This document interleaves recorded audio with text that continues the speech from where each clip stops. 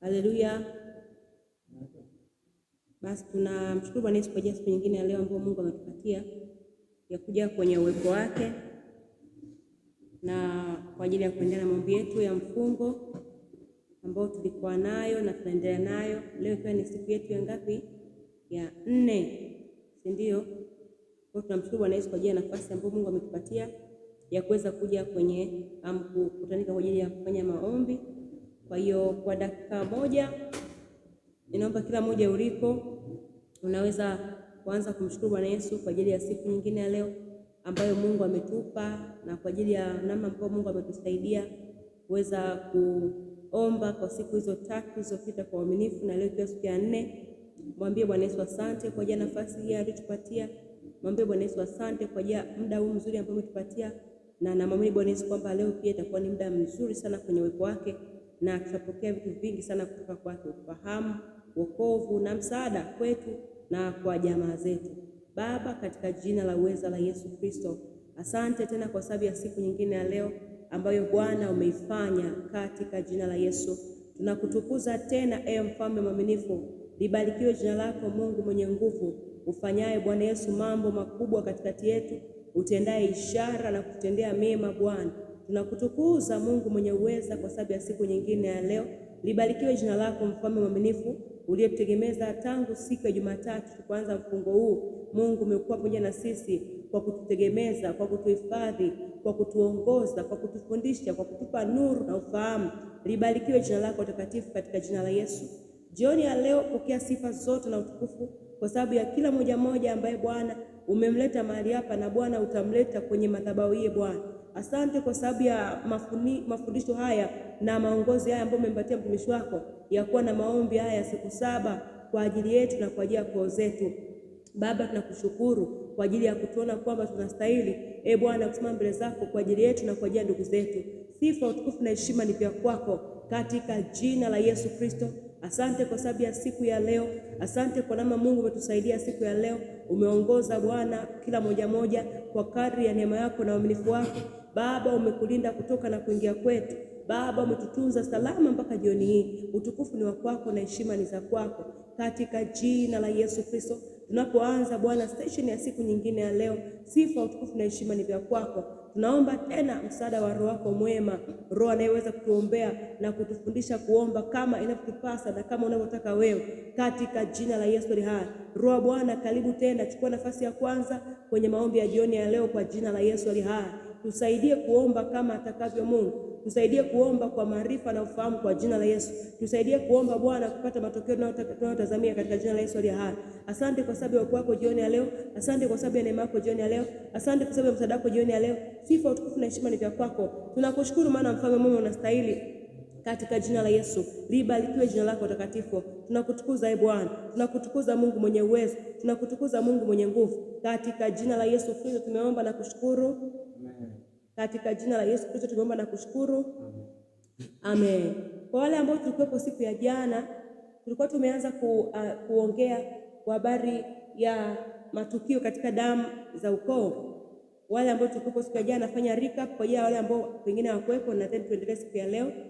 Tulianza kuzungumza kwa habari ya matukio ambayo yanakuwepo katika damu zetu za ukoo, na tukasema kwamba katika damu zetu za ukoo kuna matukio mbalimbali ambayo yanakuwa yanatokea ambayo ukianza kuyaona unajua wazi kwamba kuna shida mahali. Naomba ambaye amewasha mic yake azime ili tuweze kusikilizana vizuri, kila mmoja aweze kusikia.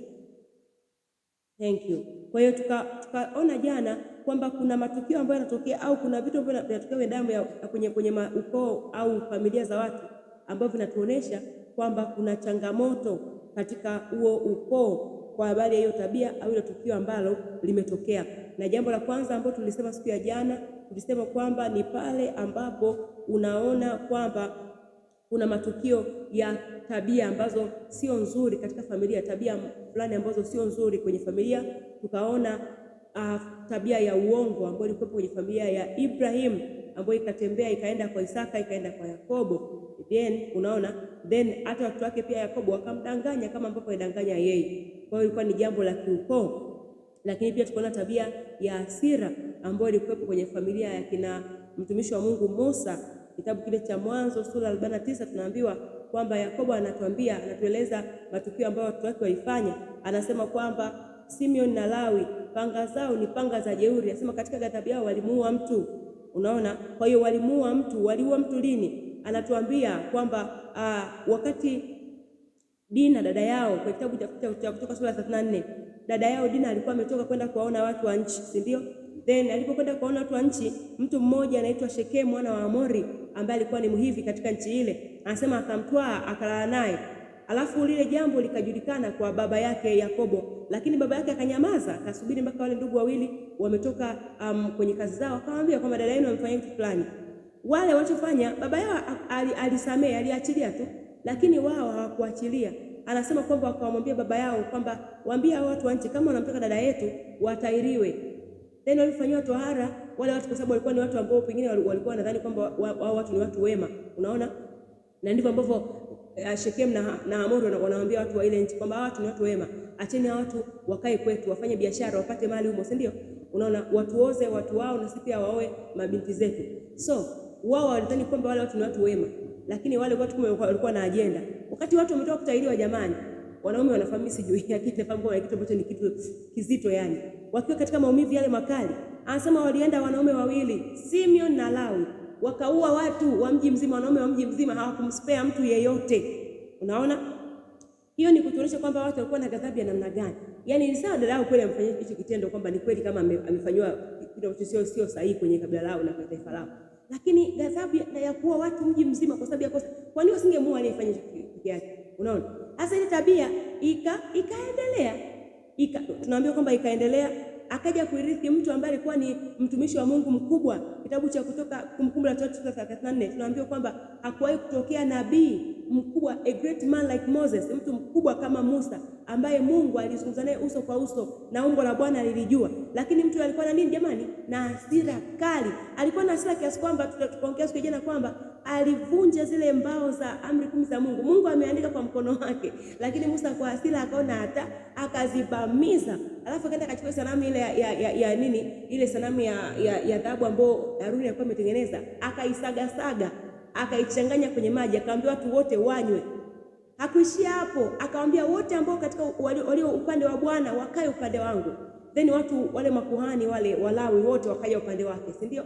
Akasema kwamba kila ambaye amesujudia hii sanamu, ameiabudu hii sanamu, nyinyi ambao hamjaiabudu, shikeni panga zenu, uweni watu. Mungu akusema hivyo. Mungu akamwambia uwe watu, lakini yeye akaua watu.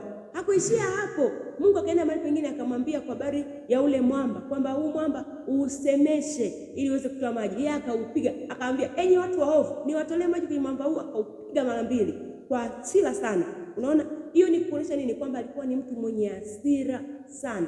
Tunaona kwamba kumbe matukio, kuna tabia ambazo watu wanazo kwenye koo zao, ambazo hizo tabia nikaeleza siku ya jana, nikamwambia ni tabia ambayo mtu hutumii nguvu kuifanya.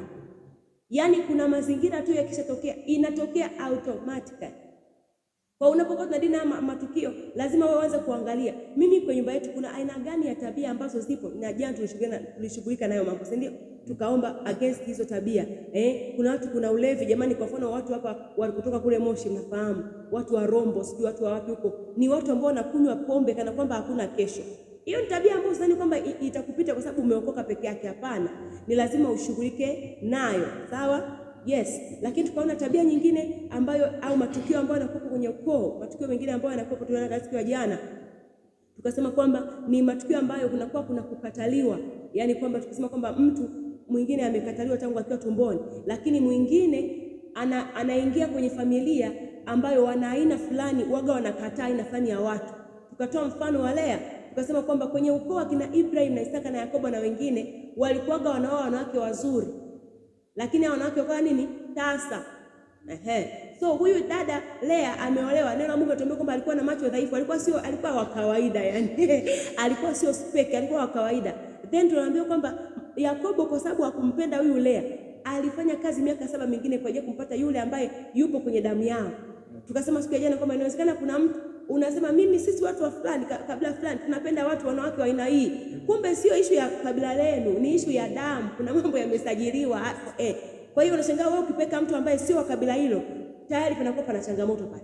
kwamba mbona umeleta mtu ambaye sio wa aina yetu, mtu ambaye sisi tumkubali, mtu ambaye sio wa vigezo vyetu. Kwa hiyo tukaomba pia siku ya jana kwamba hata kama ni kweli unataka kuoa mtu au unataka kuolewa, isiwe kwa sababu unakuwa detected na nini, na damu ya ukoo wenu. Tukasema kwamba kuna watu ambao unakuta damu ya ukoo wao imesajili kwamba mabinti wote katika nyumba hii wataolewa na aina fulani ya wanaume, aidha wanaume ambao ni waume za watu, au wanaume ambao hawaamini, wanaume ambao hawamwamini Mungu ambaye unamwamini wewe. Wewe unadhani tu unampenda. Nikawatolea mfano wako mwenyewe, nikamwambia kuna kipindi nilikuwa shangaa kila anayekuja ana majina ambayo sio ya Kikristo kwenye maisha yangu. Kila anayekuja ana jina ambalo sio la Kikristo. Na unashangaa tu unakuta moyo wako umevutwa naye, umempenda, amekuja Isa, amekuja Juma, amekuja sijui nani, na Soro sijui nani. Yaani aina hiyo. Wewe unadhani kwamba eti ndio watu ambao labda unataka kuolewa nao. Sio kweli. Ni kitu kinadai kwenye damu. Angalia watu wa kwenu ndoa zao zikoje. Pia tukaomba hilo jambo kwa habari ya ndoa ambazo tunazo kwenye familia zetu. Kitu gani kimesajiliwa kwenye damu zetu kwa habari ya ndoa? Kitu gani kimesajiliwa kwa habari ya ndoa kwenye familia zetu? Bwana Yesu asifiwe sana. So, baada ya kuangalia hayo mambo siku ya jana, basota makata. Tukaangalia hayo mambo siku ya jana. Niseme jambo lingine then tuanze kuomba. Tukaona matukio yao ya tabia, tukaona matukio ya kukosa kwa mzaliwa wa kwanza. Tusema siku ya jana pia kwamba kuna familia ambazo tunaona kwenye familia hii ya kina Ibrahim. Namshukuru mtumishi wa Mungu kwa sababu amejua kuelezea mambo kwa vizuri sana.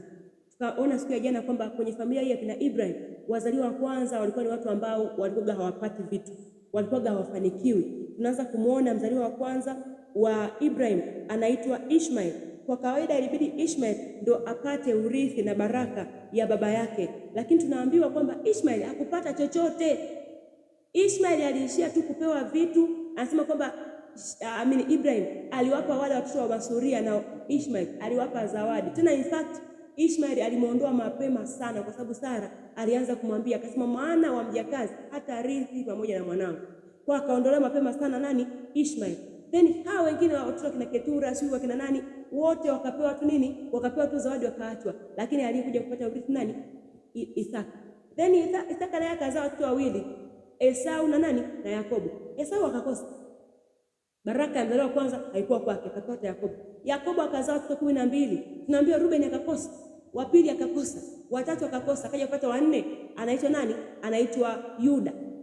Ndiye ambaye akasema kwamba kiti ya ufalme akitaondoka, fimbo ya ufalme haitaondoka katika Yuda. Then tunaona mtoto mwingine tena, Yusufu amezaa watoto. Yakobo anawabariki, amecross mikono. Mdogo anamwekea mkono wa kulia, mkubwa anamwekea mkono wa kushoto. Alikuwa haoni. Yakobo akasema labda baba, kwa sababu haoni, akasema baba, huyu uliyemwekea mkono wa kushoto ndo mkubwa. Akasema najua mwanangu, najua.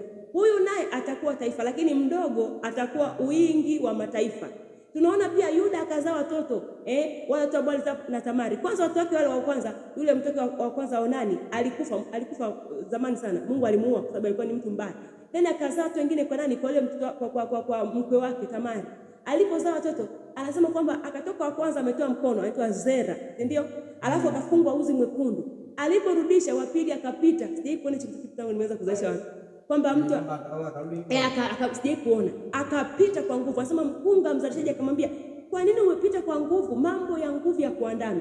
Kwamba tayari mtu wakiwa tumboni, tayari inaonekana wazi kwamba wa mwisho amepata kuliko wa kwanza. Kwa jana pia tukaomba kinyume cha wale watu ambao kwenye familia zetu unaona wazi kwamba wazaliwa wa kwanza wana struggle. Wewe mwenyewe ni shahidi. Unakuta kuna familia mzaliwa wa kwanza ndiye anasumbua shule ni haelewi, yeye ndio hata kufanikiwa kwenye maisha anakuwa hafanikiwi kirahisi. Yaani kuna namna yuko tofauti na wenzake. Kuna wenzake ambao wanafanikiwa kwa haraka. Mtoto wa pili anafanikiwa kwa haraka, watoto wanafanikiwa kwa haraka, wanaolewa vizuri, lakini yeye ana struggle. Kwa tukaomba pia siku ya jana kwa habari ya wazaliwa wangapi? Wazaliwa wetu wa kwanza, si ndio? Tuliona pia siku ya jana. Baada ya kusema hayo, leo nataka tuangalie tukio moja, alafu tuende kwenye kuangalia mashtaka katika koo zetu. Tukio ambalo jana tukuliomba, ambalo nataka tuliombe kwa dakika chache hapa, ni tukio la utasa katika damu ya ukoo. Utasa, barrenness katika damu ya ukoo. Tunasoma habari za Ibrahim kwamba mke wake Sara alikuwa tasa, hakuzaa watoto. Then tunakuja kuambiwa kwamba Isaka alipooa mwanamke naye pia akawa nini? Tasa. Mimi naanza kushangaa walikuwa wana shida gani? Yaani kwamba ati kwenye ukoo wao lazima wewe mwanamke ambaye ni mzuri wa uso lakini tasa. Akaja tena na Raheli naye ameolewa ni mzuri wa uso lakini tasa, azai. Kwa hiyo hapa tunapokwenda kuomba jioni ya leo hatuombi tu kwa habari ya matukio ya utasa pase kwamba wakuzaa tu watoto. Though kama huko pia tunaenda kushughulika nayo, lakini tunakwenda kuomba kinyume cha utasa wote ambao tuko katika maisha. Kuna watu maisha yao ni jambo ni tasa, hayazaagi. Yaani akifanikiwa kuzalisha jambo la kwanza, hataweza kuzaa kitu cha pili. Hawezi akaongeza nyumba ya pili. Unajua mimi si nikoje? Nikiwa pita barabarani huwa naangalia majengo ya watu. Naangalia nyumba ya mtu aliyojenga. Nasema hii nyumba ya mtu pengine ajenga mwaka 70, mwingine 80, mwingine 90, mwingine 2000. Miaka 30 mbele hajapata nguvu ya kuongeza nyumba ya pili. Ana duka moja, kuna duka mnayojua yako kule mitaani kwetu. Tangu unapata akili mpaka leo ana duka moja. Tena ni kioski pengine. Mpaka leo kiko vile vile. Hajaweza kuongeza cha pili. Ni utasa ule. Ni kutokuweza kuzaa na kuongezeka na kuenea na kuzidi. Kwa hiyo tunakwenda kuomba kwa ajili ya matukio kama hayo leo. Baba, katika jina la Yesu, kila tabia au tukio la utasa kwenye nyumba yetu na familia yetu, kila tukio la kutokuzaa, watumishi wa Mungu, mambo ni mambo serious. Wenzako unaona wanafika mahali wanaongezeka, wanapanuka, anaongeza duka la pili, anaongeza huduma yake inakwenda, lakini wako pale pale, usizani kwamba ni kawaida. Tunakwenda kumwomba Bwana Yesu jioni ya leo, chochote kwenye familia zetu ambacho kilikuwa kimeandikiwa kwamba hakitazaa. Wengine kabisa ni uzao kabisa wa mwili huu. Uzao kabisa wa mwili. Kuna familia ambazo watu hawazai kirahisi. Watu hawazai. Kila tukio katika damu za ukoo wetu ambao na suggest kwamba kuna utasa.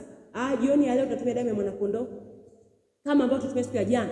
Tunatumia damu ya Yesu. Tunafuta kila tukio la utasa kwenye nyumba zetu. Utasa kwenye kuzaa, kwenye uzazi wa kawaida. Utasa kwenye mambo mbalimbali, uchumi. Utasa kwenye shughuli mbalimbali, miradi. Utasa kwenye kuanzisha vitu na vikaendelea na kuzidi. Kila ambacho kinazuia tusizae na kuzidi na kuenea na kuongezeka, hicho kitu kimefungwa jumla kwa jina la Yesu aliye hapa. Sema Baba, katika jina la Yesu. Jioni ya leo tunaomba kinyume cha kila tukio la utasa kwenye ukoo na familia zetu kwa jina la Yesu. Kila utasa unaopita kwenye damu za koo zetu kwa jina la Yesu, ili kutuzuia tusizidi, tusiongezeke, tusienee, tusitawale kwa jina la Yesu. Jioni ya leo tunafuta hiyo nguvu, tunaharibu hiyo nguvu, tunafuta hiyo nguvu, tunaharibu hiyo nguvu. Anza kuomba kwa jina la Yesu. Repalada babadoza na makova la talaba ande. Repa shanda rababoboboza. Mekoto kozo prato la magada. Lima subele mekote mina makapata labo. Zelina moshka vele brado bobo santeliga.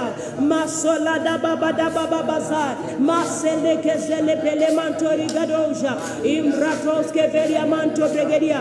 Makasata rababada bazar. Kwa jina la Yesu Kristo. Bwana, jioni ya leo tunaona kwamba katika nyumba ya mtumishi wako Ibrahim kulikuwa na matukio ya ukoo, Bwana, ya utasa, ya kwamba Bwana kila ambaye alizaliwa kwenye nyumba ile alikuwa na utasa, hakuweza kupata watoto kwa jina la Yesu aliye hai. Nami Bwana, jioni ya leo ninaomba Bwana kwa ajili ya familia ya kina Kiwelo, ya familia ya kina Swai, katika jina la Yesu aliye hai. Baba, kila tukio la utasa ambalo limesajiliwa kwenye damu, maleko za baratoza yantereba konvalabo meleko rapazaka yankatora baba mento brosko vela maladia mashanda rabobobo mazala bala baba, kwa damu ya Yesu. Bwana, jioni ya leo nashughulika na kila mbegu ya utasa kwenye nyumba zetu. Mazubra doba shande yekoroboboza mazubra da balada meshele mekatalabo mante bregedegedia shaparata manama mesubra doba ladia imparada bakato mezibrado bakata. Baba, kila utasa Bwana ambao unangoja wakati wangu wa kuzaa vitu, katika jina la Yesu. Mantoko soko, utasa kwenye matumbo ya uzazi, utasa kwenye biashara, utasa kwenye shughuli mbalimbali za uchumi, utasa kwenye huduma, utasa Bwana kwenye ndoa, utasa Bwana kwenye miradi mbalimbali, kwa jina la Yesu Kristo mwana Mungu aliye hai.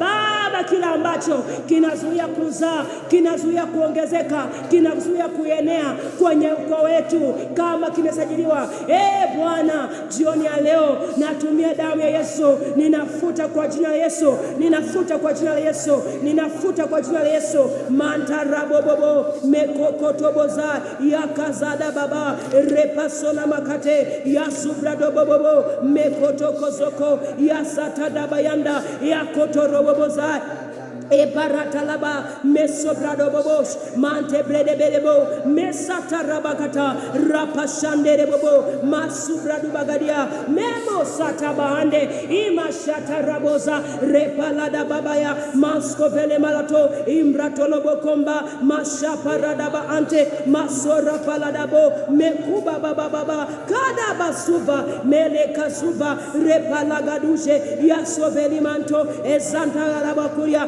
kanda bako velekete kwa damu ya Yesu. Baba, kila utasa kwenye nyumba yetu, kila utasa kwenye nyumba yetu unaozuia tusizae, unaozuia tusienee, unaozuia tusiongezeke, unaozuia tusiwe wakuu, kwa jina la Yesu Kristo. Baba, hiyo nguvu imeharibiwa jioni ya leo, imeharibiwa jioni ya leo kwa damu ya mwana kondoo, imeharibiwa jioni ya leo, imeharibiwa jioni ya leo, imeharibiwa jioni ya leo, imeharibiwa jioni ya leo.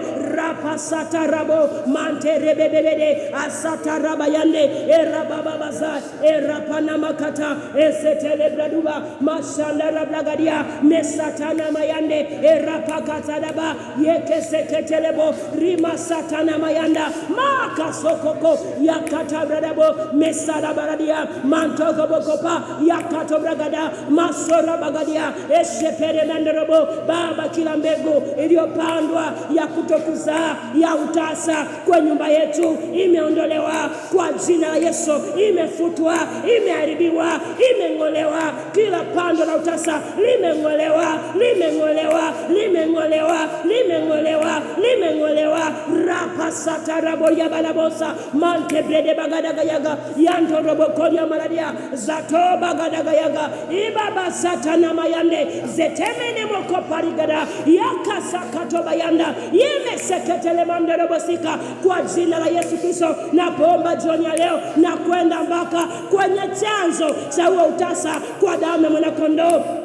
Masataraboriagadia masubrado balagadaga kwa jina la Yesu, kwenye chanzo cha huo utasa, kwenye chanzo cha huo utasa rapasota lagadia erababadabaza imashando robosika. Na Bwana asema, Bwana akabariki akasema, zaeni mkaongezeke, mkaenee, mkazidi, mkatawale. Maya katobaza yara pariasata ripasota na mayanda repalovra na makoria. Na pomba Bwana makasagadaga epalakoskovila yesetelemando yeketelemando. Kila nguvu inaozuia kuongezeka, inaozuia uzazi mekotoboza mashatakapa yakasobradoba erababababo erebebebedeba esatana malabaya mesubradubaladia mando satada imasakotobologodo igadabagadia. Kwa damu ya Yesu imeharibiwa jumla,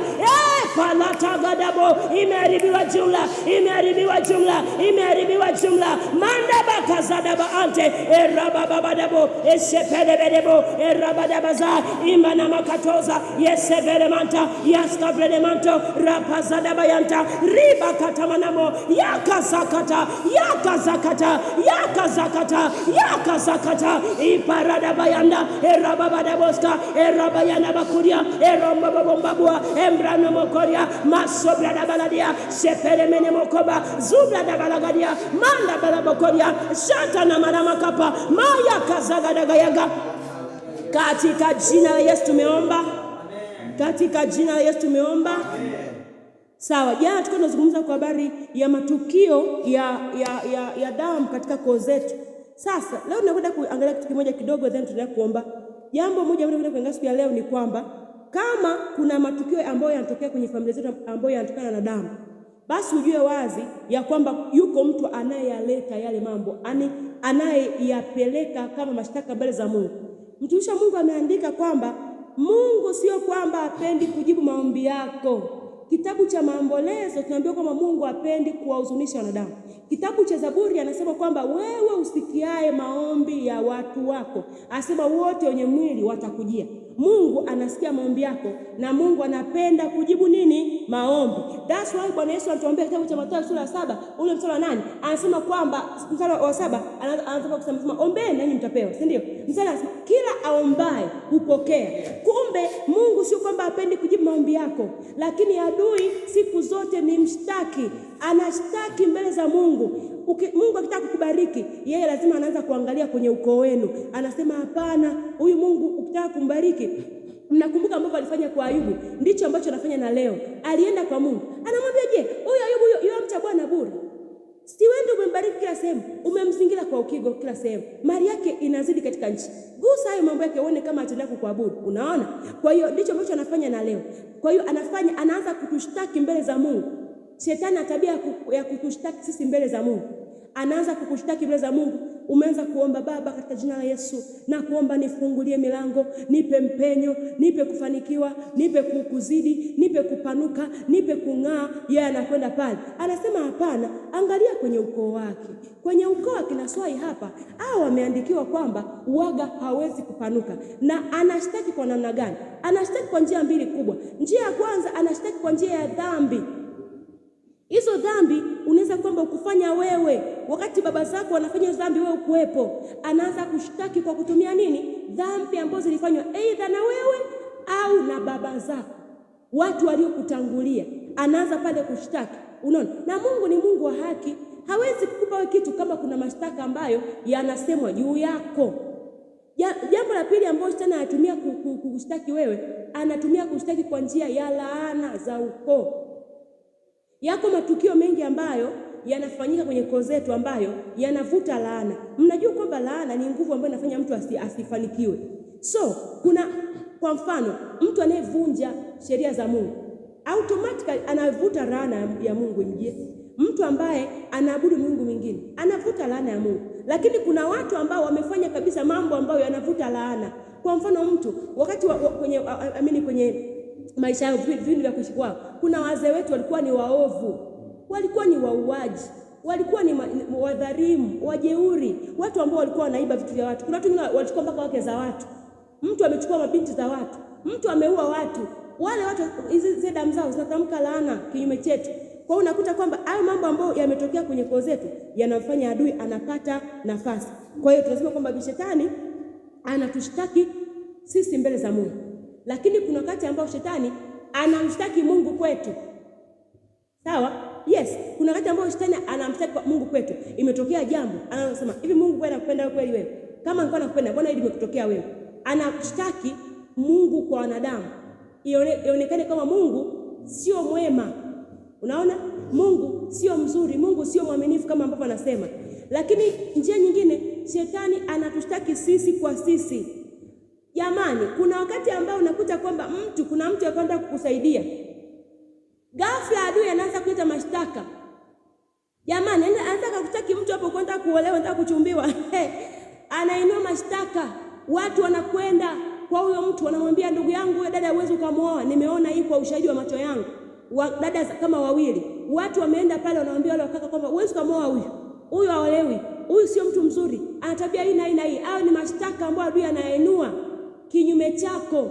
Navyoongea jioni ya leo, kama kuna mtu ambaye anakushtaki mahali popote, anakushtaki ili kwamba usipate msaada, anakushtaki ili kwamba mtu asikusaidie, usiolewe, usiinuke, usivushwe, usipande juu, hayo mashtaka tumeyafuta kwa damu ya Yesu. Amen.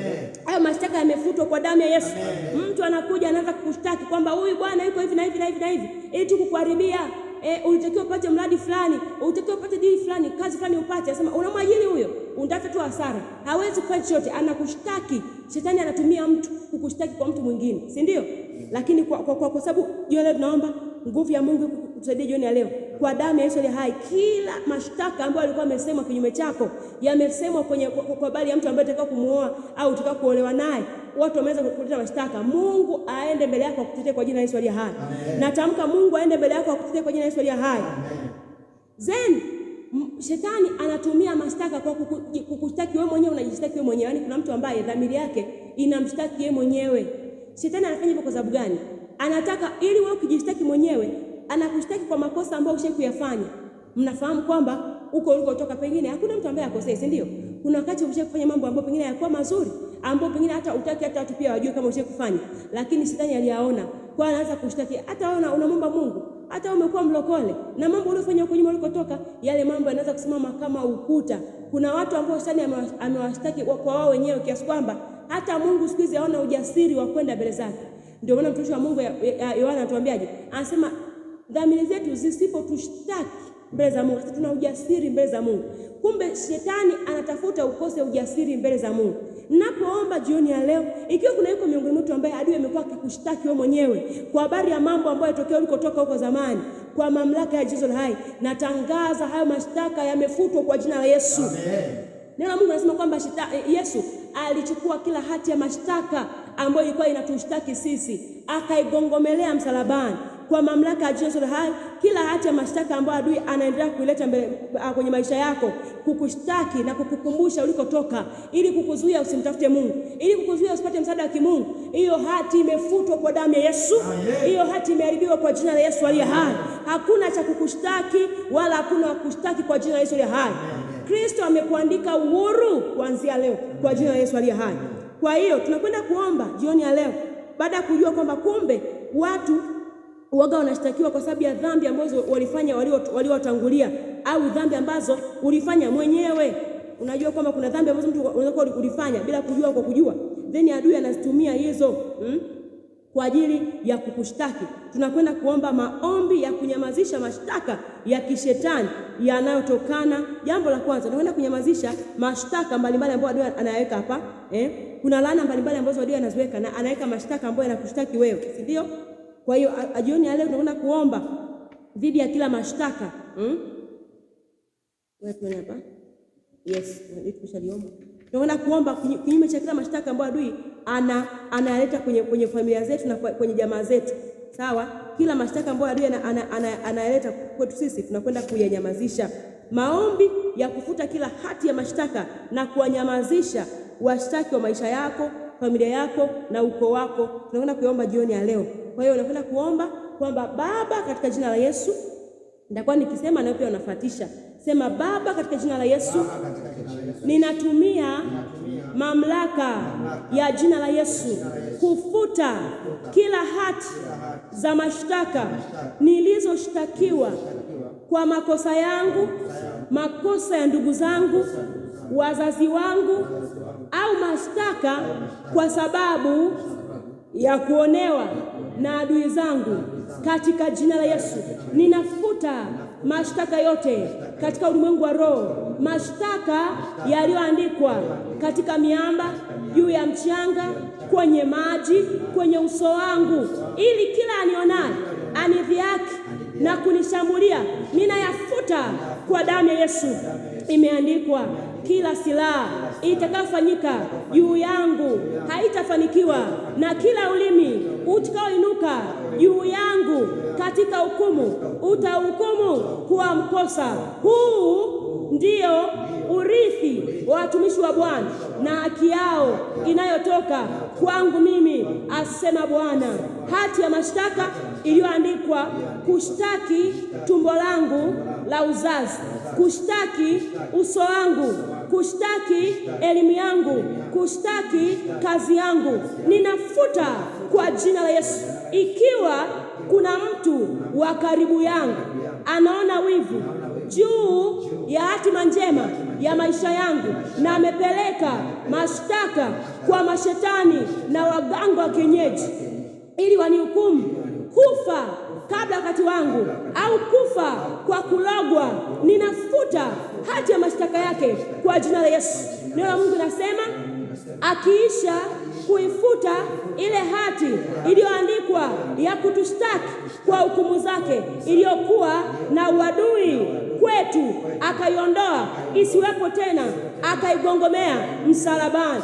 Anza kuomba kila hati ambayo ilikuwa imeandikwa juu yako, kila hati mando bokoza la parata laba mekupa nanoske vele braduba shata manamoza yante libro sotani manto bradaboza mande kokoza da baba da bozata intele bradobo shandere bosataria repana mama zuvre ne makoteke pele makapata bayanda mazekete zegede. Napomba jioni ya leo Baba, kila mashtaka yaliyokuja mbele zako Baba, ambayo yametokana na makosa yangu na makosa ya wazee wangu na makosa ya ndugu zangu na makosa ambayo Mungu alifanywa na walionitangulia, mantarabosata meligadoba zuze jantere braduza rapanoske vila ligadoba sota na mayanda, kwa jina la Yesu aliye hai. Bwana, kila mashtaka ambayo yanaitwa mbele zako kwa ajili yangu kwa sababu ya kutokujua haki zangu, masatarabokoba shepelezeteli makoba mantelibradobo zata lagadia, jioni ya leo kwa damu ya mwanakondoo ninafuta mashtaka manda basote ligadia mashepe resetenekato yakatorobobobo satabalagadia, kwa damu ya Yesu ninafuta mashtaka, ninafuta mashtaka, ninafuta mashtaka Baba. Kila ulimi ulioinuka kinyume changu kunihukumu na kunishtaki mbele zako, ninahukumu kwa mkosa kwa jina la Yesu aliye hai. Mantelibradoba zuva mashatarababa mazoragadagayaga erapazora palada yasora paliana makataba Baba, kila mashtaka ambaye ametwa mbele zako yanaonizuia nisifanikiwe, yanaonizuia nisiinuke, yanaonizuia nising'ae, yanaonizuia nisistawi, kwa jina la Yesu aliye hai, kwa damu ya mwanakondoo nafuta mashtaka, nafuta mashtaka, nafuta mashtaka, mashtaka ambayo yamekuja mbele zako Bwana, alaparata laboza yamekuja Bwana makazagadaga kwa ajili ya ndugu zangu, kwa ajili ya ukoo wangu, kwa ajili ya jamaa zangu, manda bakazagadaba yanofanya Bwana uko wetu ubaki chini, uko wetu usiinuke, uko wetu using'ae, uko wetu usisonge mbele, uko wetu usipenye, manta kazadaba repa lokabaliada yepele mesete mante libradoba shande rapasada bagada. Napomba jioni ya leo Baba, kwa damu ya Yesu nafuta kila mashtaka dhidi ya ukoo kina Kiwelo, dhidi ya ukoo kina Swai mante libradoba za radabada bagadia yekezedebedeboza emradababadaboza repesetele baladia imradababadaboza repesetele magadia imradababadaboza mashabadabaza karatana makoria eskevele mantodiga erapazada bayande eshepelegedege erapazada baladia masatara bayanda, kwa jina la Yesu nafuta mashtaka Baba, kila mashtaka yaliyoandikwa kinyume changu kwa jina la Yesu aliye hai, ambayo Bwana nimeshtakiwa na Adamu kama mimi, wamenistaki kwenye madhabahu za giza, wamenistaki kwenye madhabahu za waganga, wamenistaki kwenye madhabahu za kichawi, wamenistaki kwenye mahekalu ya mashetani manta kazoblada bayanda yakazoblada baladabo mantelebrede bazar mekozo kotolobo, kwenye madhabahu za majini, kwenye madhabahu za alizini, kwenye madhabahu za angani rapa sotaraba mekotorobobo mashanderebo koria masoblada balagadia mekoso kotolobo makagadagayaga imradobo sateria yakotolobo koba eskavele makatalabo Baba, kila mashtaka niliyoshtakiwa kwa jina la Yesu, yaliyoshtakiwa dhidi ya afya yangu, dhidi ya ndoa yangu, dhidi ya uzao wangu, dhidi ya huduma yangu, dhidi ya kazi, dhidi ya elimu satarabokomba eragadabagadia, dhidi ya uhai wangu, dhidi ya afya yangu raka sokata labo. Napoomba jioni ya leo mandorobo koria reka zogadaga inda bakote menemoska yakoto lobo komba repa zada bayanda. Hayo mashtaka ninayafuta, raka sagadaga ninayafuta, mantala gadabaza ninayafuta, mashatara brodobosata rapa zobrekete mekondo borobosa yando lobo korobaza mekoza dadabo. Nila Mungu nasema akisha kuifuta ile hati ya mashtaka iliyoandikwa makatoska vila rapa lagadaga eraka zoganama erekezegedia erababadabo erebedebedebosha masatana mayande manterebedeboza. Nafuta kila mashtaka na ustakiwa, ili nishie njiani, ili nife kabla ya wakati, ili nipate magonjwa, ili nipate udhaifu, ili nikwame. Adabasota imashatalaba imakondabaza inamasotalabo erabashandaraga ibasana makoria nekazagadaga kwa damu ya Yesu. Baba, kila mashtaka yaliyostakiwa Baba kwa niaba ya ABC Global Mbeya City masatanda bakuria erebedebedeboza mashetene manda yakatolobozia, kila ambako kanisa lako limeshtakiwa kwenye madhabahu za miungu mingine, kwenye madhabahu za mashetani, kwenye madhabahu za wachawi, kwenye madhabahu za washirikina, kwenye madhabahu za wakuu wa giza, satana mayanda masorabala bayande repezeleketelema imbrada bakoria maradia erabashandela bakuria mesetene malabaya makoroboboza mantala gadagayaga. Nafuta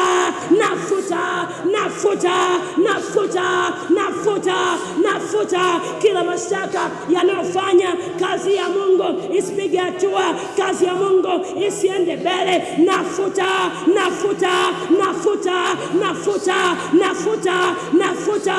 reka sobrada bayanda mande bebedebo zarabaya erababada boskate rimashanda bakoria masora bosa meketele makoba imbrada basuka na makatesh. Katika jina la Yesu tumeomba. Katika jina la Yesu tumeomba. Mande bakoska vela malata masobra gadabayabo. Naenda kuomba, tunaendelea pia kufuatisha ambacho nakisema. Sema kuanzia sasa hati ya kushtakiwa, kuanzia sasa hati ya kushtakiwa iliyopelekwa na wachawi mbele za Mungu ili wanihukumu mauti ninaifuta kwa jina la Yesu. Kwa damu ya Yesu nimewekwa mbali na mashtaka ya kichawi pamoja na hukumu zake. Kwa damu ya Yesu nimewekwa mbali na mashtaka ya kichawi pamoja na hukumu zake zote kwa jina la Yesu. Kuanzia leo ninamnyamazisha, kuanzia leo ninamnyamazisha mshtaki wa maisha yangu kwa jina la Yesu. Mashtaka yote yaliyowekwa juu yangu na mshtaki ninayaondoa kwa jina la Yesu. Mashtaka ya kufa kabla ya wakati, mashtaka ya kuchanganyikiwa, mashtaka ya umaskini, mashtaka ya kukosa mwelekeo, mashtaka ya kupata na kuibiwa, mashtaka ya magonjwa ninayafuta kwa damu ya mwanakondoo. Ninayafuta kwa damu ya mwanakondoo. Imeandikwa nao wakamshinda kwa damu ya mwanakondoo na kwa neno la ushuhuda wao, ambao hawakupenda maisha yao hata kufa. Kwa damu ya mwanakondoo ninanyamazisha mashtaka yote kwa jina la Yesu. Ninafuta hati zote za mashtaka, hati za mashtaka zilizo ndani ya damu, ndani ya ngozi, ninazifuta kwa damu ya Yesu. Hati za mashtaka zilizo ndani ya damu, ndani ya ngozi, ninazifuta kwa damu ya Yesu. Washtaki wote, mizimu, majoka, mapepo, ninawashambulia kwa jina la Yesu. Washtaki wote, mizimu, majoka, mapepo, ninawashambulia kwa jina la Yesu. Ninawafuata mashetani katika ngazi zote, ninawafuata mashetani katika ngazi zote, ninawaondoa kwenye nafasi uzao wangu kwa jina la Yesu. Ninaondoa kwenye nafasi mlizokaa ili kushtaki ukoo wangu. Anza kuomba. Igada baba baba baba za mele barada baba dabo repeleke zedebe repala dabala gadabo nendo baba baba rekazada badaba embrado baba sata rebebebebebo ashande de baba dabo masetele de arapa satande eraba baba ezole keteleba eraba baba ezedebebebebo yakazokoto masanta lagaba endebebebebo leko parida yandebebebe asobrada bayanda maya kazaga baba babaza ibana bakoba yedebebebebosa ibana gadagaba yedebebebebe ayakataba ayakataba ayakataba ayakataba ayakataba repesa pepepe repepebebo rabadabadaba masora badabayanda mandebebebo saya masubradiate alekokoba imbabadabayanda asata rabayanda meswada badaba melebedeba imbadabadabo zebebedebo palibadaga elebedebeza mantelebebo kadababadabo mesubradianta mesandabade azubradaba mandabababa elebedebedebe ezabadabadabo elebedebedeba zanaba ibadabayanda bakolia idebazana makoba masata na mayanda nanyamazisha kila kushtakiwa, nanyamazisha kila mshtaki, nanyamazisha kila mashtaka. Erabazuvalatai erebedebedebos yakebadabayanda nesukamenama inabasotemenema erobalagaduza erapalobayanda erombabobozwa eswateremanama erababadabaza inabalabalabo mashtaka dhidi ya ukoo wangu, mashtaka dhidi ya familia yangu, alepesebelege arebedebedebo erebedebedebo arabayagadagaba imanamandabelebo yebedebedebosa yakwatamanamo zaprokomanamo repesetelebo repamabada erededede ashwandanamo yekepepele asubradiandariga erepepela inabalabayanda erakazalaba mashtaka ya mauti ya kabla wakati, mashtaka ya magonjwa, mashtaka ya maskini, mashtaka ya kunyaibisha, mashtaka arabazada bagaba erebebedebede ezebedebedebo asatana mayanda erebedebedebo mandebedeboza paligadagayaga erabana makobe subrana makombe yekendebeza melekezegeria ibababa ebebebe ibababa repepepepe arapazana makobe yendebedebo palidabalaba mesubalabayanda ebakoza kwa damu na kondo nafuta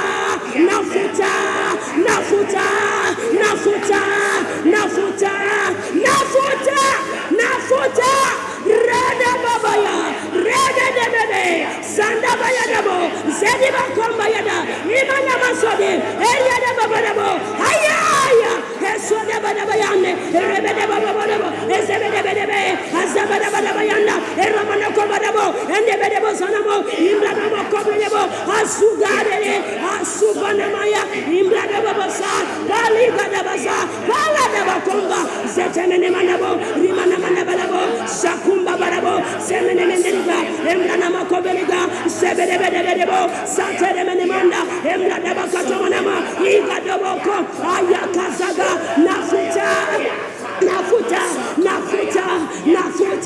kila nafasi ya miungu, kila nafasi ya mizimu, kila nafasi ya mapepo, kila nafasi ya majoka, kila nafasi ya wachawi, kila nafasi masata balabaya melebedebadabos rebalabaya na makoi walizokaa ili kushtaki ukoo wangu, ili kushtaki familia yangu, ili kushtaki jamaa zangu, ili kushtaki ndugu zangu. Ayabadabadabadabada yebedebedebozalabadaba zededebadabadabaza erebedebedebedebo ariyadabadabayana makobadabo ezebedebedebedebambaba erabadabadabosete erapasata mahanda imamakobababo esepelebelekede Repesete, Asubra Tamanama, Yada Baba Dabaza, Pelekazekatebe, Anda Baba Gayaga, Esuka Palata, Esata Manamonda, Ibra Tobabaza. Nawaondoa kwenye nafasi, naondoa kwenye nafasi, naondoa aliga balagaba, yerebedebedebeza, yerebedebedebedebo, imanamanda badebo, rapaka tamanama, yanda radababa, ina badebedebo, esepepepe, arapalaga yaga, esuatambia, erabaduanta, esunda balagada, ikasotai, eropanama, nafasi yenu inaondolewa juu ya familia yangu, juu ya ukoo wangu, juu ya nyumba yetu, imeondolewa, imeondolewa, imeondolewa, imeondolewa. Erada baba, erebedebedebede, ashandia baladia, esubra de baladia, masuga de deba, erepesete, ropola babo, zebedebedebo, masaka yaga, imratamanama, zepemenema, zubra diantaliga, peliga palada, sondia baladia, nesobra gadaga, imeondolewa kwa jina la Yesu, imeondolewa kwa jina la Yesu, imeondolewa kwa jina la Yesu. Natangaza imeondolewa, natangaza imeondolewa, natangaza imeondolewa. Hiyo nafasi imeondolewa, nafasi ya mwana leo, nama nama gaba, mende bebelebo, shabala gada, zedebesha, inamanda balebo, selebelebo, rapazaya, erebedebede, asaina manda, erobakomba, zadiga baladia, ezumra na makuva, sebedebedebedebede. Yakata bradabos, repesa de bedebo, mande bedebo kolia, sada badabagadia, rambo bobo, rapala daba, esudrana mayanda, satane, asuga balagada, yepepepe, asata manabayanda, rapasa de bayanda, inda badabo komba, yakoko polobo, esanda badabayanda, erakasugada, erepesete, azubi bubus, erabazama kapa, yepelepelepe, zepelepelepe, zapalabalaba, zolabakatua, imbalabalaba, yesenteminema, yenebebo, zapanamayando, emratomagaba ya balabos. Katika jina la Yesu meomba. Katika jina la Yesu meomba. Tunaendelea. Sema ninafuta hati za mashtaka ndani ya uzao wangu. Ninafuta hati za mashtaka ndani ya uzao wangu. Ninafuta ndani ya akili yangu kwa jina la Yesu. Ninafuta hati ya mashtaka kwenye njia yangu. Ninafuta mashtaka ya aibu, mashtaka ya kifo, mashtaka ya ajali. Ninayafuta kwa damu ya Yesu. Mashtaka ya aibu, mashtaka ya kifo, mashtaka ya ajali, ninayafuta kwa jina la Yesu. Kwa jina la Yesu ninaondoa ushahidi wao, ninaondoa nyaraka zao zinazoonyesha ushahidi juu ya mashtaka yao. Kwa jina la Yesu ninajitenga na mashtaka yao. Kwa jina la Yesu, ushahidi wa damu, nguo, mate, mifupa, ushahidi kwenye ndoa, ushahidi wa damu, nguo, mate, mifupa, nywele, ushahidi kwenye ndoa, ushahidi wa maneno, ninaufuta kwa jina la Yesu. Ninaufuta kwa jina la Yesu. Ninafuta ushahidi kuwa nyumbani kwetu hawapati, hawaolewi, hawaoi, hawazai, kufa kabla ya wakati, kufa kabla ya wakati. Ninaufuta, ninaufuta, ninaufuta, ninaufuta, ninaufuta kwa damu ya mwanakondoo. Ushahidi wa kwenye viungo, ushahidi wa kwenye viungo, ushahidi kwenye sura, ushahidi kwenye nywele, ushahidi kwenye masikio, ushahidi kwenye nyayo, ninaufuta kwa jina la Yesu. Kwa jina la Yesu unaweza kuanza kuomba. Radababadababaza melekesetele barada sheperebezene makataba Yesu vemene katabaladaba celebrano mombroko zoga balalia shelekezele beleba mante lebra dubagadia shelebelebelebeza rapasande bebedebos rimakasi braduba gadia shelekeze pele mekepa rasimando boko pariadaba masubra bobo shanda leko zata baladia yesata rabababa masubra bobo shanda rebebebe kando bokoba esubra malagadobos masada bababadaba. Baba, kila ushahidi ambao umewekwa, umehifadhiwa na madhabahu za giza, umehifadhiwa na wachawi, umehifadhiwa na miungu migeni, umehifadhiwa na mapepo, umehifadhiwa mantoso blada bayanda lekoso kapaliga yaso blana makataba mando roboboza. Baba, kila ushahidi ambao Bwana unatumika kama kunishtaki, kama kushtaki familia yangu, kushtaki ukoo wangu, kushtaki ndugu zangu, Baba, ushahidi wa maneno,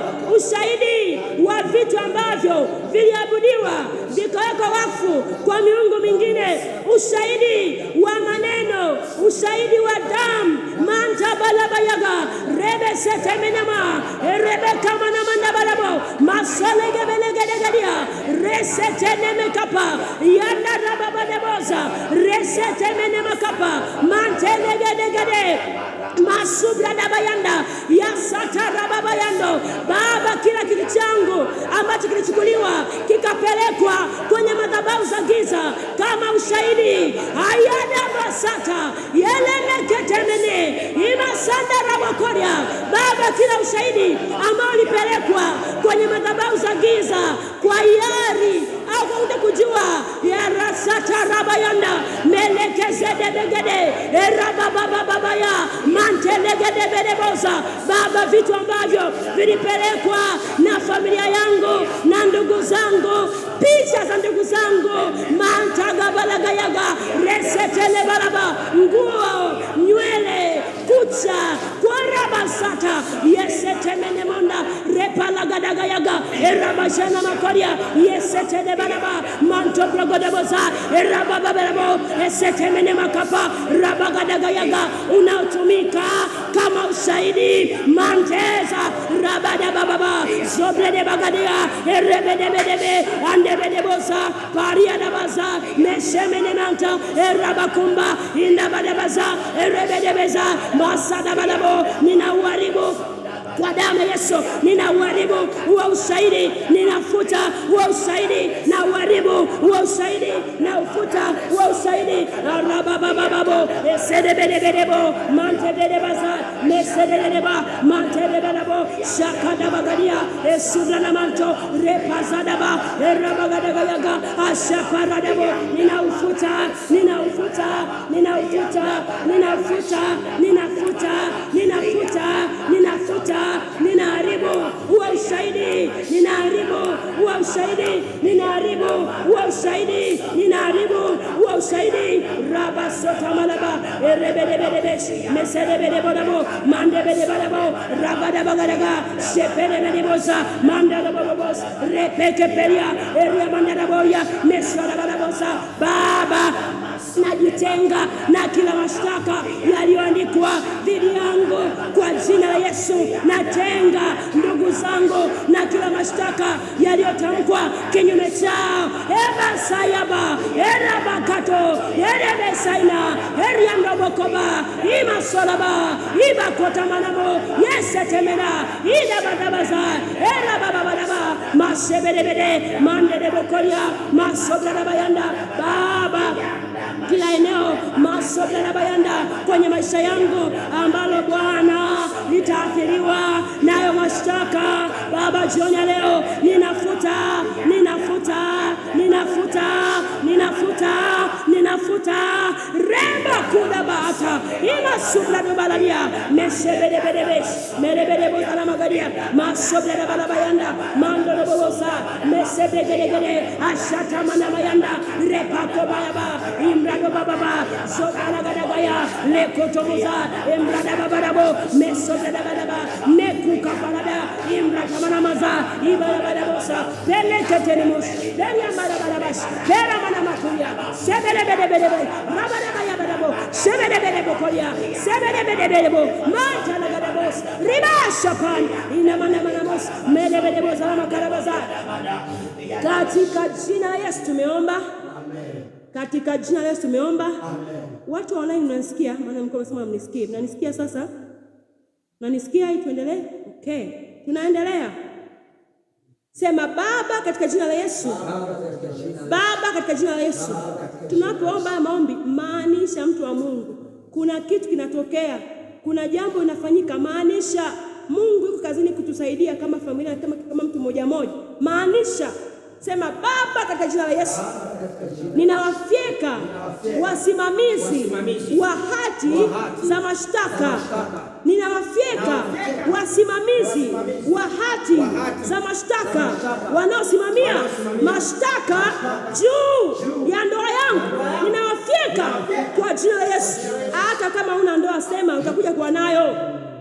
Wanaosimamia mashtaka juu ya ndoa yangu, ninawafyeka kwa jina la Yesu. Wanaosimamia familia au ukoo ili uendelee kubaki kwenye uovu na usiokolewe, ninawaangamiza kwa jina la Yesu. Ninawaondoa kwenye mlango wangu wa kuingia kwenye baraka. Ninawaondoa kwenye mlango wangu wa kuingia kwenye baraka. Ninaondoa kwenye mlango wangu wa kuingia kwenye baraka kwa jina la Yesu. Kwa jina la Yesu. Kwa jina la Yesu. Kwa jina la Yesu. Ninaondoa kwenye mlango wangu wa kuingia kwenye baraka kwa jina la Yesu. Ninawafyeka mashetani wa ukoo wanaosimamia damu yangu ili kuwafuatilia watoto wangu na uzao wangu kwa jina la Yesu. Ninawaondoa mashetani wa ukoo wanaosimamia damu yangu ili kuwafuatilia watoto wangu na uzao wangu kwa jina la Yesu. Ninawaondoa kwenye damu yangu kwa jina la Yesu. Ninafuta mashtaka yenu juu ya familia yangu, juu ya familia yangu. Kuanzia sasa ninajitenga na ukoo, ninajitenga na ukoo wa laana, ukoo wa dhambi, ukoo wa maangamizi. Ninajitenga nao kwa jina la Yesu. Bwana Yesu, ninakushukuru kwa kuniweka huru. Ninakushukuru kwa kuniweka huru mbali na kila mashtaka na kila kinywa kilichoinuka ili kunihukumu. Ninaamuru ahukumiwe yeye na uzao wake kwa jina la Yesu. Kwa jina la Yesu. Kwa jina la Yesu. Tunaendelea mambo mengine. Umesikia tunasema kwa wanisikie. Sylvia. Kala baba na bashi. Serebere rozana mafa. Membra dogo boshani. Unapenda pia unisikie? Saizi mnanisikia tu sha Mungu? Nafikiri nisha mtandao kidogo. Mnanisikia? Okay. Sawa, tunaendelea kuomba. Maanisha mtu wa Mungu. Mungu anatusaidia hapa, mimi najua. Tunakwenda kuomba maombi ya kuwasambaratisha watu wasio na miili ndani ya watu. Yaani kwenye haya mashtaka au kwenye koo zetu kuna watu ambao hawana miili, mapepo. Hayo mapepo yanakaa kwenye familia za watu. Yanakaa kwa namna gani? Yanakaa kwa kutumia zile dhambi na laana ambazo ziko ndani ya familia. Sawa? Yes, yanavutwa na dhambi na laana. Kwa hiyo unakuta kwenye familia kuna mapepo kabisa ambayo yanakaa kwenye hiyo familia. Yapo tu pale. Yanakaa tu pale. Yanafanya kazi. Hayana miili hayo, lakini ndio yana influence mambo kwenye familia, yanaongoza watu kwenye familia, yana control watu kwenye familia, yanatesa watu kwenye familia. Tunakwenda kuomba kinyume cha kila watu wasio na miili ndani ya familia zetu. Kuna watu, yani kuna mtu kwenye familia yako ukimwona tu unagundua huyu hayuko peke yake. Ana assistance ya ulimwengu wa giza. Ana assistance ya ulimwengu wa roho. Binti mdogo lakini na mambo ya ajabu. Kijana ambaye mlikuwa nadhani kwamba atakuwa na future nzuri, ana mambo ya ajabu. Kuna mtu anamcontrol ambaye siye mtu. Kila mtu ambaye anakuwa control na mtu ambaye sio mtu. Kama unaweza kumtaja mtaji hapa jioni ya leo, tunasambaratisha watu wasiokuwa na miili kwenye miili yao. Katika jina la Yesu. Sema katika jina la Yesu. Katika jina la Yesu. Ninasimama kinyume na watu wasio na miili waliokaa ndani ya wanaukoo na kuchochea mabaya. Ninawashambulia kwa jina la Yesu. Ninawashambulia kwa jina la Yesu. Ninakataa mwili wangu au miili ya ndugu katika familia yangu na watoto wangu kutumiwa na watu wasio na miili kwa jina la Yesu. Ninakataa mashetani hawa kuingia ndani yangu kwa jina la Yesu. Ninawasonga kwa jina la Yesu. Imeandikwa Gadi Yesu litamsonga, lakini atawasonga wao mpaka visigino. Katika jina la Yesu ninawasonga leo mpaka visigino kwa jina la Yesu. Mliokaa kwenye nafasi yangu, mnatumia mwili wangu kuharibu maisha yangu, ninawasonga mpaka visigino kwa jina la Yesu.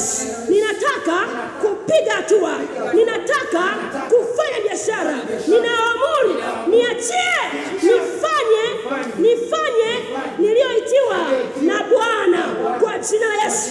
Watu wasiokuwa na miili ninawasonga leo kwa jina la Yesu. Ninakataa kutawaliwa na watu wasiokuwa na miili kwa jina la Yesu. Hamna pa kukaa kwa jina la Yesu. Aliyejipanga kuweka makao yake ndani yangu, ndani ya miili ya ndugu zangu, ili kuharibu kazi ya Mungu, ninawasonga kwa jina la Yesu. Ninatuma gharika kuwagharikisha watu wasio na miili kwa jina la Yesu. Anza kuomba kwa dakika chache. Omba kwa dakika chache. Mantara bako paradaba. Yesebede memeketebelebosh. Yada bakasa baba. Rebebebebebebe. Yada baba. Repanoske vela malade. Zepemeke pelekete. Zapalaga dagayaga. Yesombra dobobo. Zatolo bokombali gadabo. Zepelekete lebandorobo. Masubra doborogodo. Ashata rabadabo. Mento brada balagada. Yekomba badabosa. Embrado bobo sandeba. Ingana makomba dabosa. Yesetelebedebe. Mande baba. Ninawasonga kwa jina la Yesu. Ninawasonga ninyi msiokuwa na miili, mliokuwa mmekusudia kukaa kwenye miili ya ndugu zangu jioni ya leo. Ninawasonga repaso palada yepalado bobo sombra togo balaga yepelebelebelebe yapalabalabo sepelemene makaba yepena mandora bobo ebrana makaparia esobrada balagadia.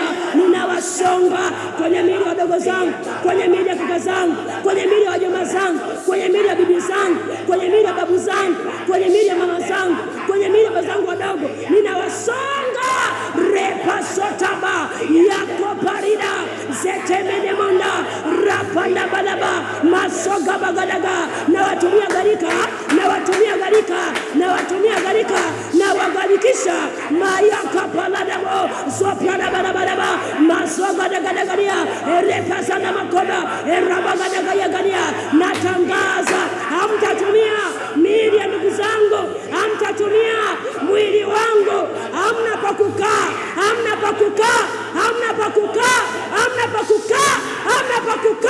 Sabeda bakata ina manda balaba sebedebedebedebe asebedebedebodabo nenia badabadabo rabadabaza erabakumbalabada imana manda bakobalabo repesebegedegedea. Natangaza hamna mali penu, hamna pa kukaa kwenye ukoo wangu, hamna pa kukaa kwenye familia yangu, hamna pa kukaa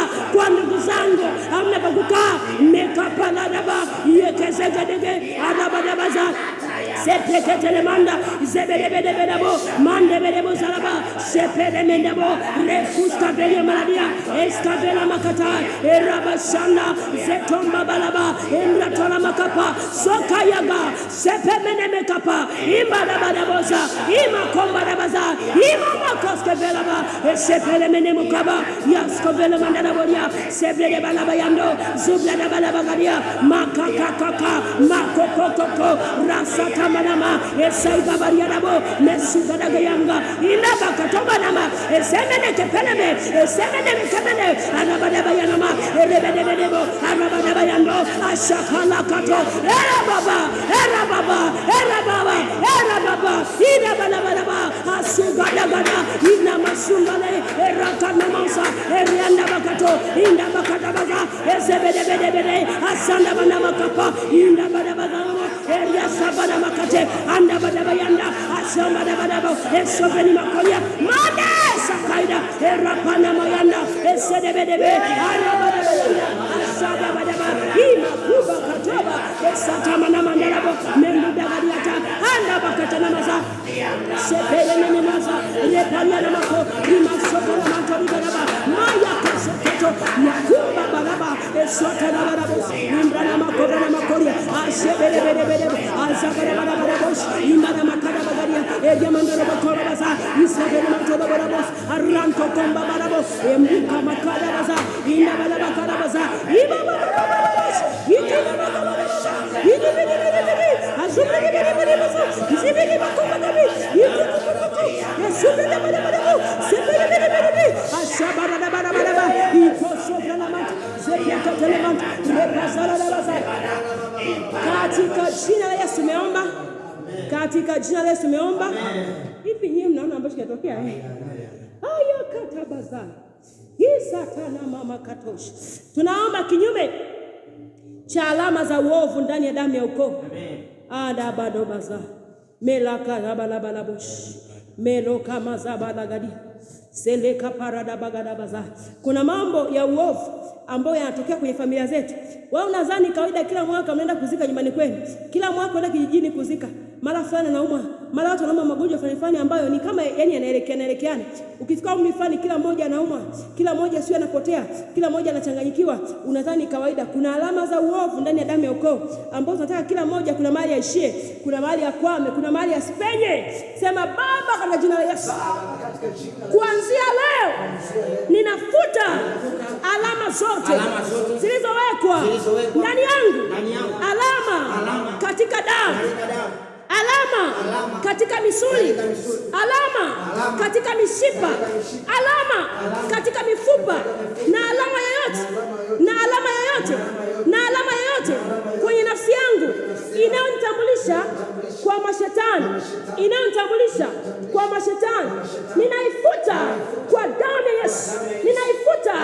kwa damu ya Yesu. Alama inayoongoza wachawi kuniletea matukio ya kuharibu maisha yangu, ninaifuta leo kwa jina la Yesu. Kila alama inayonitambulisha kwenye ulimwengu wa roho, kwenye ulimwengu wa roho kwamba mimi ni wa ukoo wa watu wa kuonewa, kwamba mimi ni wa ukoo wa watu wa kukataliwa, kwamba mimi ni wa ukoo wa mzaliwa wa kwanza kukosa, kwamba mimi ni wa ukoo wa wanaokufa kabla ya wakati. Ninajitenga nayo kwa jina la Yesu. Kwa jina la Yesu. Ninaamuru ondoleo la alama na muhuri kwenye damu yangu, damu ya wanaukoo, damu ya watoto wote watakaozaliwa kwenye ukoo wangu baada yangu, kwa jina la Yesu. Alama ya kupata na kupoteza ninaiondoa juu yetu kwa jina la Yesu, kwa maana imeandikwa na katika Torati, karibu vitu vyote husafishwa kwa damu, na pasipo kumwaga damu hakuna ondoleo.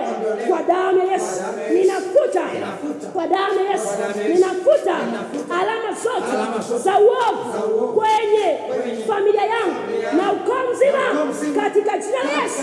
Alama iliyowekwa kwenye paji la uso ili kila anionaye anitendee sawa na mambo yaliyofanyika kwenye ukoo wangu vizazi vya nyuma, ninaiondoa kwa jina la Yesu. Imeandikwa, tangu sasa mtu asinitaabishe, kwa maana ninachukua mwili mwangu chapa zake Kristo. Kwa jina la Yesu, kuanzia sasa ninakataa kutaabishwa na mashetani wanaolinda ukoo wangu kwa kuangalia alama. Ninafuta alama za uovu kwenye damu yangu kwa jina la Yesu. Ninakataa damu yangu kubeba matukio ya hasira, kuonewa, laana, umaskini, kufukuzwa na matukio mengine yote yaliyostahili kuupata ukoo wangu kwa jina la Yesu. Ninakataa kuyabeba kwenye nafsi na damu yangu kwa jina la Yesu. Vinasaba vyangu havitabeba alama ya uharibifu kwenye maisha yangu na uzao wangu wote kwa jina la Yesu. Kwa jina la Yesu. Anza kuomba kwa nafsi. Aratoba da baba da bosh. Repala baraba baba da bosh. Repasala malaba. Meshuka da baba. Mesetele maze. Zetele mena makapa. Rada baba da baza. Sepele bedebeza. Imbra kalaboza. Meshuka da balagadia. Selekeze bedegadia. Mesota mana makata. Raba baba babo. Rekese palida baliata. Lekola bada babo. Anda bada baba. Shata mana manama. Raba babosa. Ya kwanta bana mashua. Meshuka da bakata gadia. Sebede bedegadia. Zoparata manama. Rekese keteleba. Eswateri manumokomba. Ira dobo kobrabo. Masuga daga. Ila bakosko bela barabe. Asuga dobo kombana mosa. Mesepele mekata. Imra da babosa. Mante bedegadia. Zakato kosoko.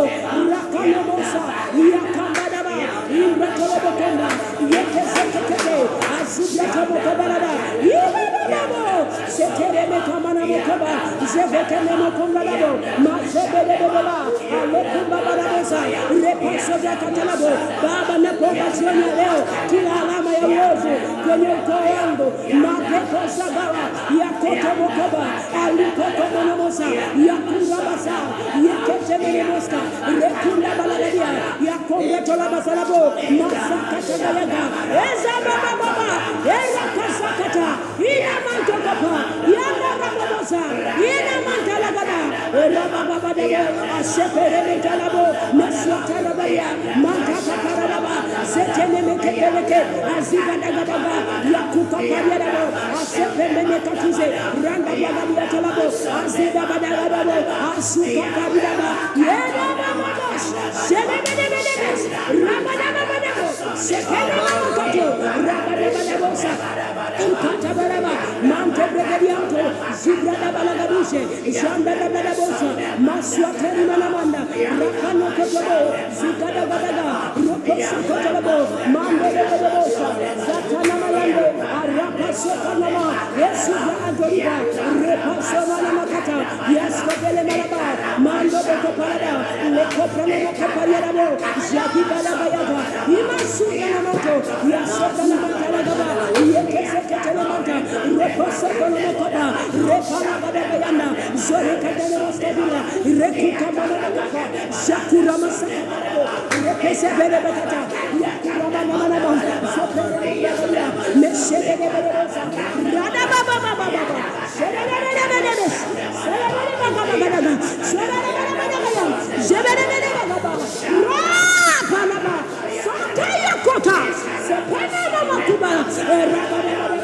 imana mandara bokoya sebeba kubela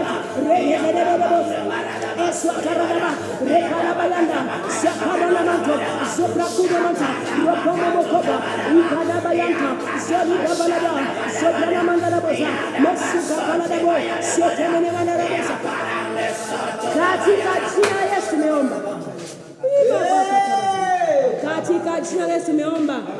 Ela bakata bagada. Masata raba laba ya. Tunaendelea kidogo. Usichoke mtu wa Mungu, sawa? Tunaendelea kidogo. Melakata. Shatele bazova la bagada. Tuendelee kidogo, tunafikishia hapo. Tunaendelea. Ka soprano mashando robosa. Sema katika jina la Yesu. Naomba mkiwa mnisikia online mseme kama mnisikia. Mnanisikia? Mnanisikia? Mnanisikia? Good. Nataka tuende pamoja uombe kwa kumaanisha. Nawaambia kwamba haya maombi kuna jambo yanafanya la ajabu sana. Katika jina la Yesu. Asema declaration na wasikii. Okay, ngwani. Katika jina la Yesu. Mnasikia msikii? Kabla sijaendelea. Mnasikia? Sema katika jina la Yesu. Katika jina la Yesu.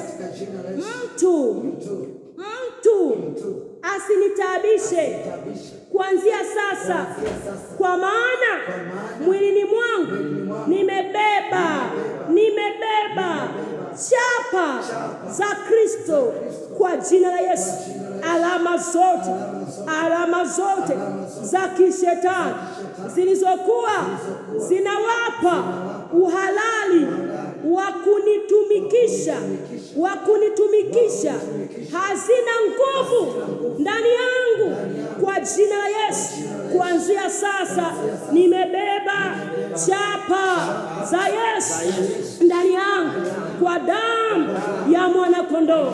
Kwa damu ya mwana-kondoo imeandikwa, mwenyewe akajitenga nao kiasi kama cha kutupa jiwe, akapiga magoti akaomba kwa jina la Yesu. Leo nimeamua kujitenga na kawaida ya ukoo wangu, ya kuabudu miungu, kufanya matambiko, kuomba wafu, kutimiza taratibu za mila. Nimeamua kumwelekea Mungu aliyeziumba mbingu na nchi. Nimeamua kuzipeleka haja zangu mbele zake na kukiri ushindi kupitia alama ya damu yake iliyomwagika msalabani kwa jina la Yesu. Ninajitenga na maangamizi yote yaliyokuwa yananiotea kutokana na alama ya ukoo wangu inayozungumza kuangamia kwa sababu ya laana na dhambi nilizotenda na zile nilizoshirikishwa kwa jina la Yesu. Kuanzia leo mimi ni kiumbe kipya, ya kale yamekwisha, sasa yamekuwa mapya.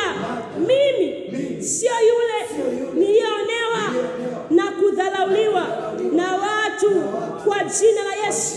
Mimi sio yule niliyekuwa ombaomba.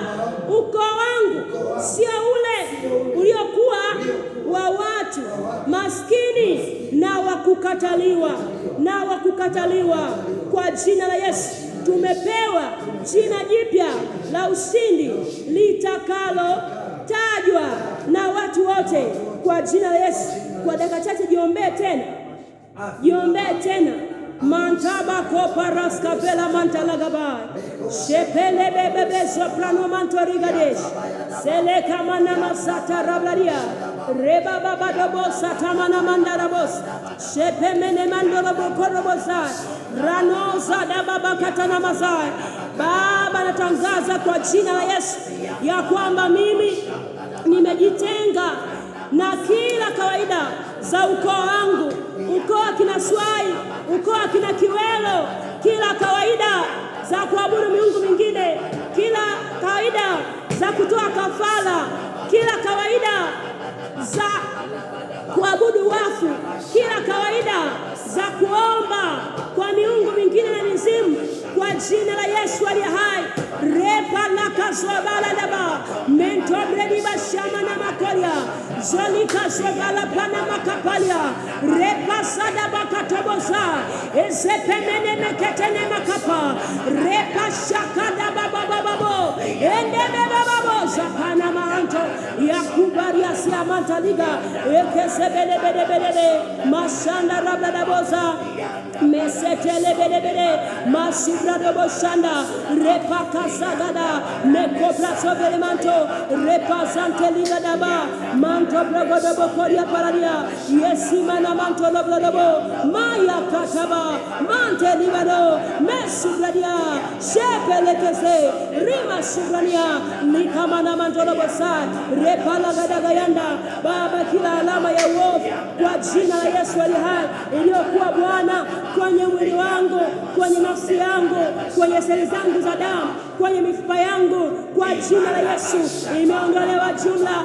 Rapa sobra dabas berina masala bayanda rapa shepele menamo rebebebesa esana manama kapa yakoparia dabaza manda bakaza gadaga yakubara dabo shepebe menemando zubra dabalabaza mesubra dabaladia manto bloko sokoto lembrana mama nabaza mashebedebedebe rima satana mayanda imbada badaboza mantele deboko shakara bagadaba lekoko bosana makapa kwa jina la Yesu aliye hai kuanzia sasa mandoko sokoto lobo mayaka dabalaba mimi ni kiumbe kipya kwa jina la Yesu aliye hai riba koske bila lekura mashaminanda yakobra ribaswaba mesobra na mantoliga dabo raba baba mesobra na makapa lagaya haya kato sokoto esubra dubalabo mesobra na mantolegedia mante begedegedebo shakazada balada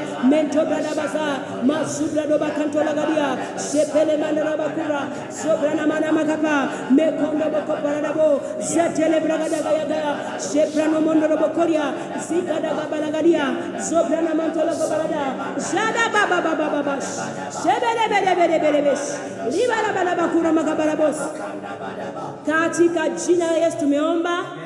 Katika jina la Yesu tumeomba. Kwa dakika moja inua sauti yako mshukuru Bwana Yesu. Wakati unakuja bado